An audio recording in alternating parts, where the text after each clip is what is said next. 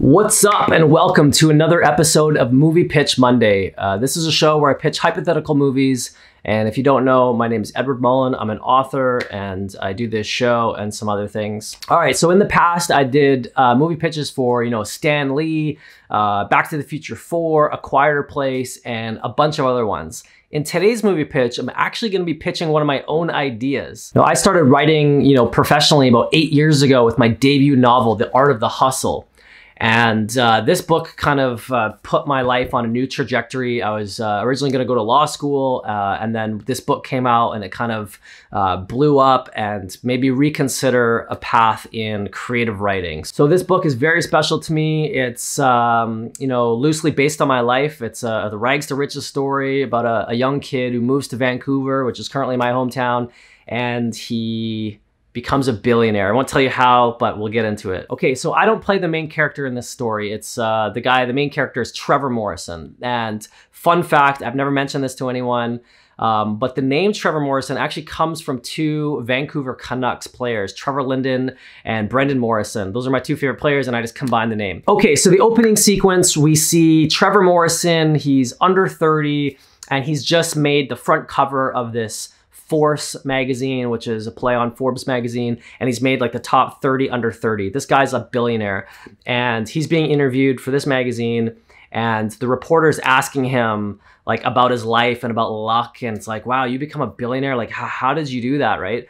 And so he's telling some little stories about how observant he is, right? So I'm really trying to lay the groundworks of who this character is. He's very average in a lot of ways. He's not like this Mark Zuckerberg guy who's a genius. He doesn't come from a family of money and connections. He's just using his kind of street hustle and his kind of pattern recognition skills. So he's like, well, actually, my stock trading strategy came from, I was waiting at the bus stop one day. And this is a true story, actually. So I was at the bus stop and this girl was like walking toward me, and she's like, noticed me noticing her, and she was trying to, when somebody like when somebody's watching you, and then you're like, maybe behavior changes because you're thinking about it too much. Well, that's what this girl was doing, but she's kind of feeling herself a little bit too much, and she's like flipping her hair, and she's like pucking her lips and trying to be sexy, right? But as she was doing this, she was completely oblivious to where she was going, and she stepped in this huge pile of dog crap and like smeared all over her shoe and totally broke her stride, and it was absolutely hilarious, right? So I put that story in the opening of the book, and I'd put that in the movie, right? Like the strategy is like, no matter how cool you think you are, you can always step in some shit if you're not careful. And this kind of informs this guy's, stock trading strategy. So throughout the kind of story, I want to plant these almost like misleads or misdirects. So I never tell you how he becomes a billionaire until like the second half of the book. So then I'm planting this seeds like, well, how does he do it? Like, does he become a professional stock trader, or maybe he becomes this or that? So that would be a fun story I'd put in there. Okay, so the reporter asks him, where did this all started? What's your story? Take us back to the beginning. So it actually jumps back in time about 10 years, and the movie starts like, this kid is in high school. He's, we see a little bit of his high school life. He's a little bit disruptive, bored, uninspired with school, getting in trouble. And he actually, barely graduates. He's failing most courses, right? So then after graduation, he has no clue what he wants to do with his life. He's 17. He's not interested in pursuing academics at all. He doesn't know if he should, apply for jobs at the food court, the mall, or he has no idea. He hasn't even really thought about it. So he takes the first opportunity that comes up, which is a true story. I got a call from my friend, Tony. Actually, I got a call from this other guy who wanted me to move to Jasper, Alberta. And I've heard of Jasper, but I had never been there or anything like that. And I'm like, okay, that sounds cool. This guy can get me a job. I can sleep on his couch. Okay, I'll just do that. So then I'm thinking, well, how the hell am I gonna get to Jasper? I don't have any money. So I think I had like 40 bucks to my name. And I'm like, well, that's not even enough for a Greyhound ticket. So I'll just pack a bag, put some macaroni boxes in there, some canned soup, and I'll just hitchhike to Jasper. I mean, how hard could that be, right? So as I'm calling some of my friends to let them know, hey man, I'm gonna move to Jasper, see you later.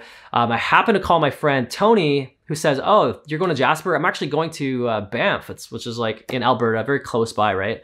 And if you don't know, I'm from British Columbia, Canada. He's like, well, I'm like, cool, can I get a ride? He's like, oh man, sorry, I'm moving out there with this girl, and like the back seat is completely filled with our furniture, and yeah, there's no room, sorry. And this is like the day before he's leaving the next day, right? So the next morning, I have my bag packed. I'm fully prepared to just walk down the highway with my thumb out, which is a terrible idea, but this is my 17-year-old brain. And I'm thinking, well, I can just, you know, hitchhike to Jasper. How hard could that be, right? So, so as I'm like leaving the house, I get a phone call, and it's from Tony. And he goes, hey man, you still going to Jasper? I go, yeah. He goes, this girl that I was gonna go with, she backed out like last minute. She just got nervous and she canceled the trip. So yeah, if you want to go, I have a spot. I can drive you like most of the way. I was like, what? Oh my God, this is like, you know, I have actually another book after this called Destiny and Free Will, which I don't know if I mentioned all this story. I might, I don't think so. But basically, a lot of stuff in my life happens like this, where it's just like very, very coincidental and like, holy crap, like I wonder if the universe is kind of, you know, orchestrating my life and pulling strings so certain things fall into place. So I've always been fascinated with that. And my book, Destiny and Free Will, talks about all these kind of events that have happened to in my life, right? Okay, so Tony picks me up. We drive to Banff. I get to Banff, and wouldn't you know, my friend Will is there. I had no idea. After high school, people just kind of scatter and you lose track of people. So Will has been there for a couple months.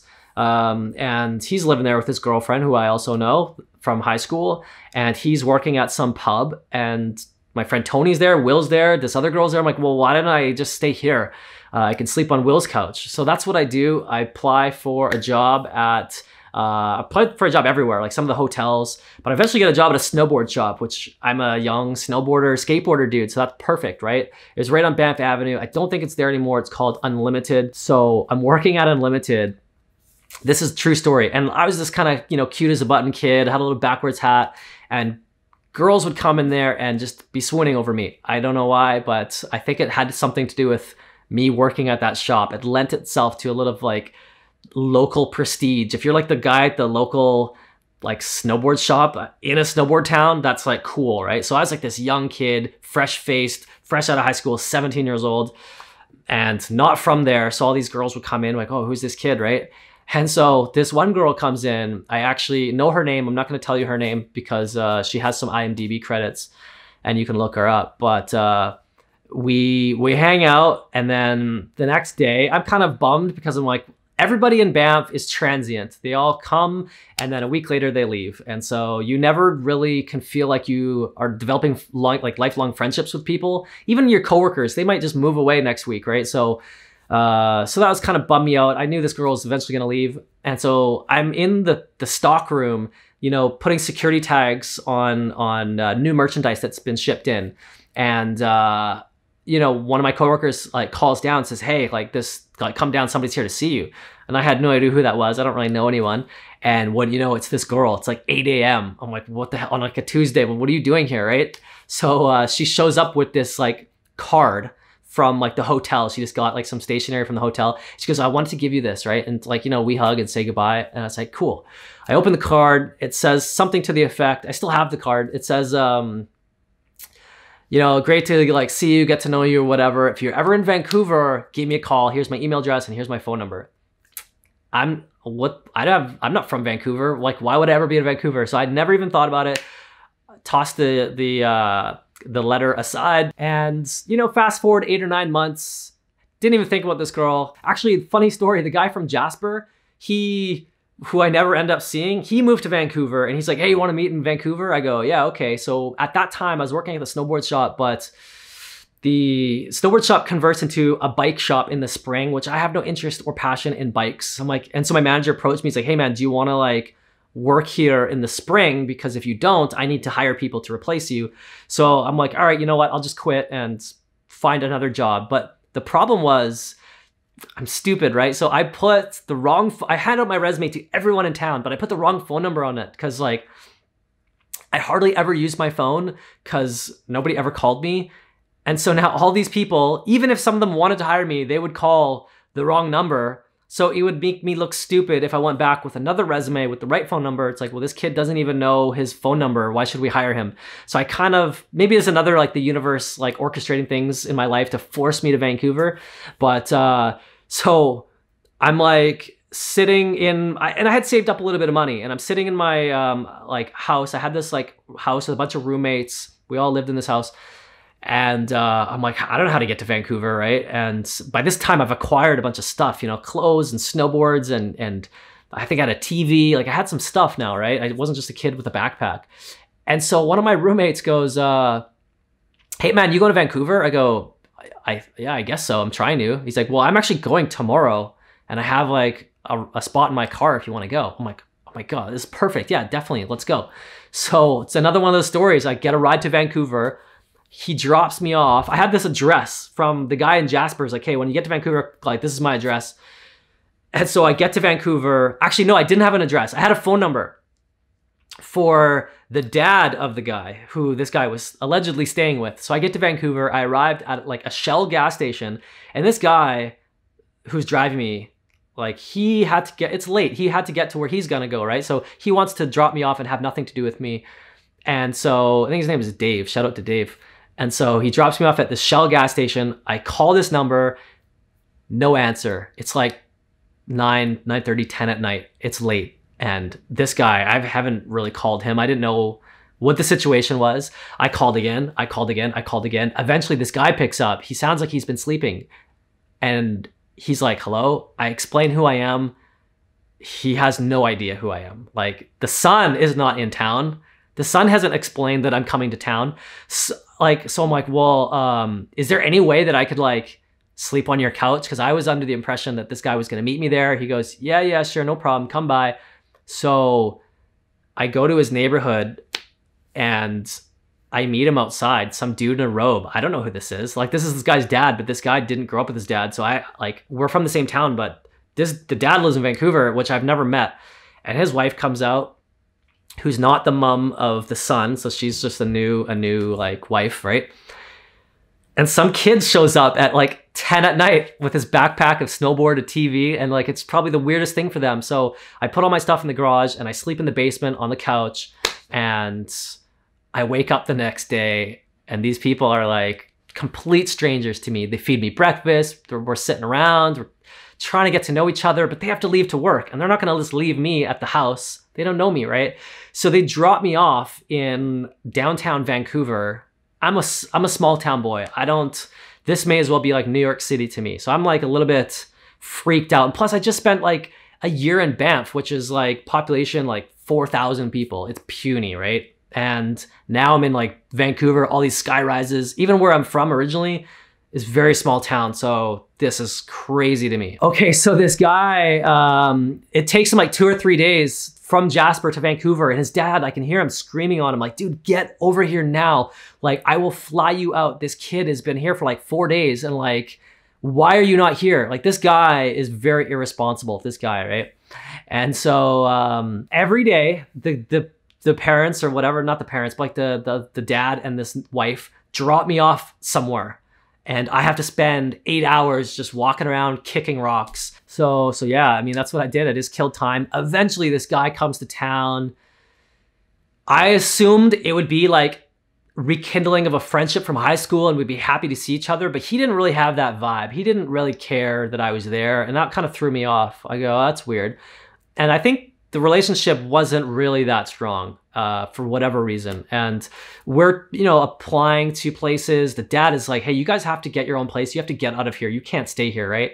Because I think like the wife was like, hey, these kids can't stay in my house. She didn't sign up for this, right? So we eventually find an apartment in like the west end of Vancouver. Beautiful location. It was like, I believe like the 9th or 11th floor overlooking like the ocean. If I have a photo, no, you know what? I do have a photo, but it's lost. I was gonna like stick it in here, but I'll see if I can get a photo and I'll stick it in here. But it was like overlooking the ocean, sunsets every night, boats. It was like gorgeous. And it was like $800 a month. And we split the, I was living in the living room. He stayed in the bedroom. So this isn't in the story, but this is just my own personal story, which is very closely to the story. It's basically the same thing. I'm working at the Gap. And I think we eventually decide, and this guy eventually, he's working at like restaurants or something. We eventually decide to start a business. And this is one of those kind of misdirects. You think, oh, has this guy become a billionaire because of this business he started? So we start a business. The business does not go well. Like, I mean, the business went well, but the business relationship did not go well. And we kind of were at each other. Egos got involved. That went on for many months. Very, very bad time in my life. I'm gonna go over like some of the, skip the details, but the book covers like all the like fun details. All the money that I had saved in Banff, I've now spent it all because I've started this business and there's operating costs, right? You know, we have to buy equipment and I got to pay my rent with no income coming in. So I have like no money, right? And eventually, the place we're staying, they evict us for like playing loud music or something like that. And I didn't get the letter until the day before. True story, this is in the book. I happened to sneak into this guy's room, check a stack of mail, and find this eviction letter. This guy is fine. He's gonna move in with his dad, but we're no longer friends anymore. We're roommates because we just happen to be roommates and happen to be business partners, but we're not talking to each other. We hate each other, right?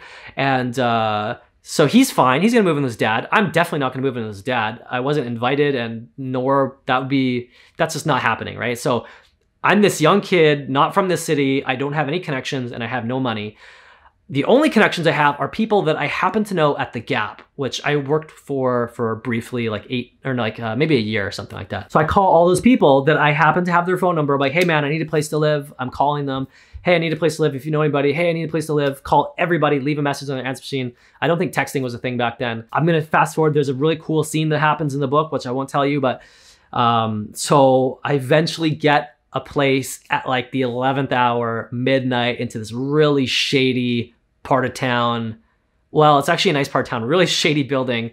And it was just the skin of my teeth. I happened to get a place. It's a long story, which I get into in the book, but it's like really kind of crazy and not legal. Yeah, so I'm living there.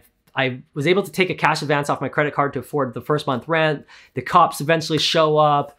I eventually move out. Very shady stuff happening, which I'll skip. I eventually get another job. I get another roommate. I'm renting a room with this guy and I start to kind of build my life. And I realize this isn't the way. Working these odd jobs, retail, restaurants, this sucks. I need to go back to school. I need to get an education. Oh, by the way, I also get sued. I get sued for like $4,000, which I have no money, but I ended up paying. So I'm in massive debt. And I go, you know what, this sucks. This can't be my life, right? And I had a low point, right? And I talk about it. Actually, interesting story. So chapter 12 of the book, the whole point of this book comes from chapter 12. So if you read chapter 12, this is where this story comes from. And maybe I'll do another video of like the secret origins of the art of the hustle. I think that'd be a cool video. And but which I won't go into. It's a long story. But anyway, so I roll in school and I start, working part-time. I'm getting these odd jobs, at restaurants and retail stores, trying to put myself through school. Oh yeah, so I forgot to tell you, as I move my stuff from one apartment to my new apartment, I'm taking things out of boxes and my bags, and wouldn't you know, there's a letter there, a card. I open it up, it says, if you ever get to Vancouver, call me. I had completely forgot about the girl from Banff, right? Now I'm in Vancouver, she's in Vancouver, mind blown. This is kind of where the story deviates from my own life, so I'll talk not in the first person, I'm talking like Trevor Morrison. So Trevor Morrison calls this girl and they develop a relationship. Trevor gets sued. The dad of the girl is a lawyer. The lawyer dad helps him out. He's going through school. He graduates. He's like really kind of developing the thing for this girl. And he goes, look, I got into law school, but it's not in this city. So we have to kind of have this long distance relationship. So this dude moves and goes to law school and all this kind of crazy stuff happens. I'm gonna stop it there because that's kind of like the opening pitch of the first kind of half of the movie.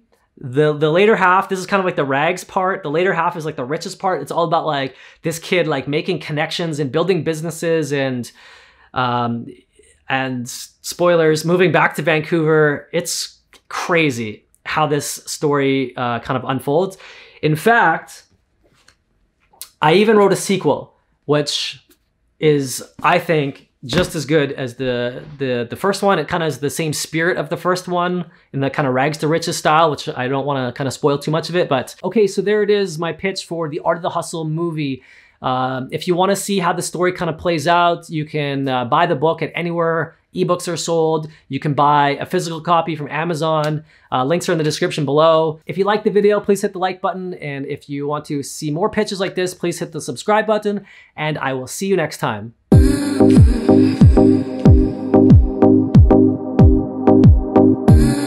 Thank you.